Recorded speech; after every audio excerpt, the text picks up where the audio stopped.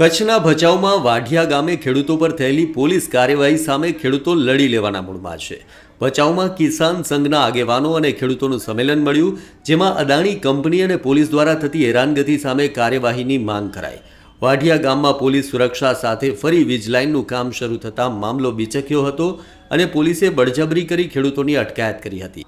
આ દરમિયાન ખેતરના માલિકના પત્ની બેહોશ થઈ ગયા હતા। ખેડૂતોનો આરોપ છે કે વળતરમાં અસ્પષ્ટ વાત છતાં ખેતરોમાં વીજલાઇન માટે ખાડા ખોદી નાખવામાં આવ્યા છે અને કંપનીના ઇશારે ખેડૂતો સામે ઉદ્ધતાઈ ભર્યું વર્તન થઈ રહ્યું છે। આ સંમેલનમાં મહિલા ખેડૂતો તેની સાથે પોલીસે કરેલા વ્યવહારનો ઉલ્લેખ કરતા લાગણીસભર દ્રશ્યો જોવા મળ્યા હતા।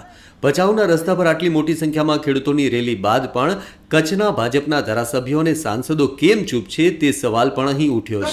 છોકરો મારા ઘરે છે, હાલ પેલી ગાડી લઈને મારા ઘરે, મારી સાસુ છે 75-80 વર્ષના, એમની બી સેવા મારી ઉપર છે, એમને બંનેને લઈને હું તારી સાથે હાલીશ, એટલે એ તો મને મૂકી દીધી। અમારે